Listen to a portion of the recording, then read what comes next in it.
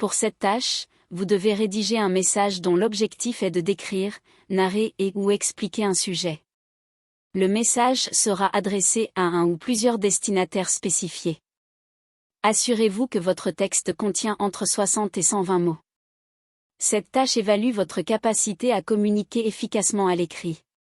Concentrez-vous sur la clarté, la concision et la pertinence en tenant compte du public cible.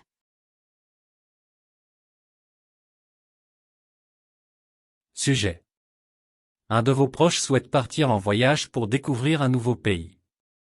Vous lui envoyez un message pour lui présenter votre pays et ses traditions, lieux à visiter, sites touristiques, monuments, etc. Salut Nicolas. Je suis ravi que tu envisages de voyager et je te recommande vivement mon pays. Tu y découvriras des paysages magnifiques, des plages splendides aux montagnes impressionnantes. Ne manque pas les monuments historiques, comme les anciennes médinas et les palais traditionnels, ainsi que les musées qui racontent notre histoire. Les marchés locaux offrent une vraie immersion dans nos traditions culinaires et artisanales. Tu pourras aussi assister à des festivals et événements culturels, qui montrent la richesse de nos coutumes. Bref, chaque coin du pays a quelque chose d'unique à offrir et je suis sûr que ton voyage sera inoubliable.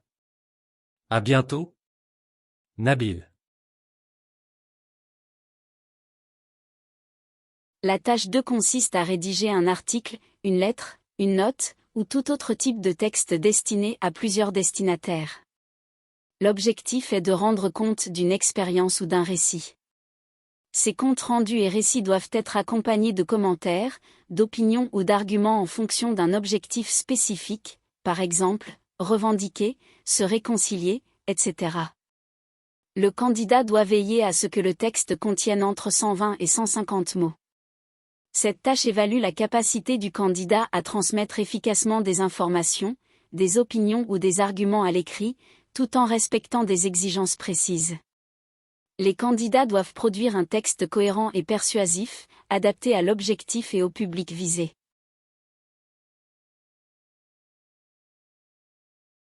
Sujet.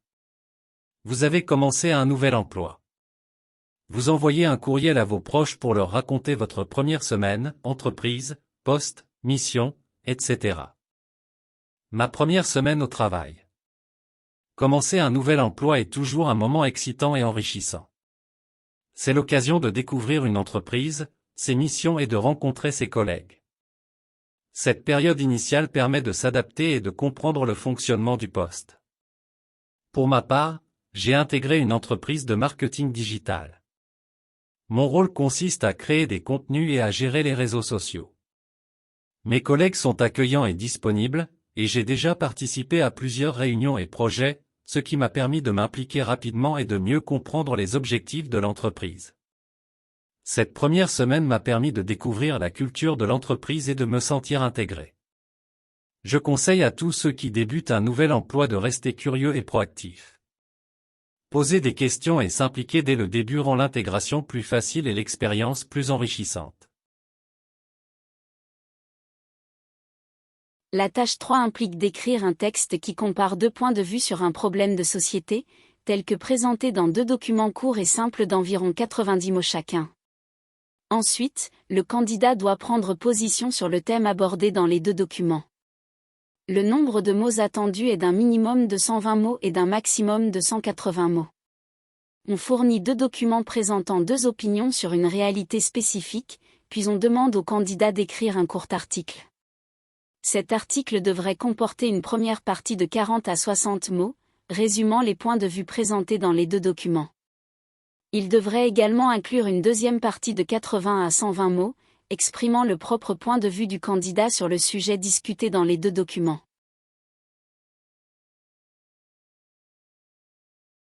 Sujet. Femmes et hommes au travail document 1.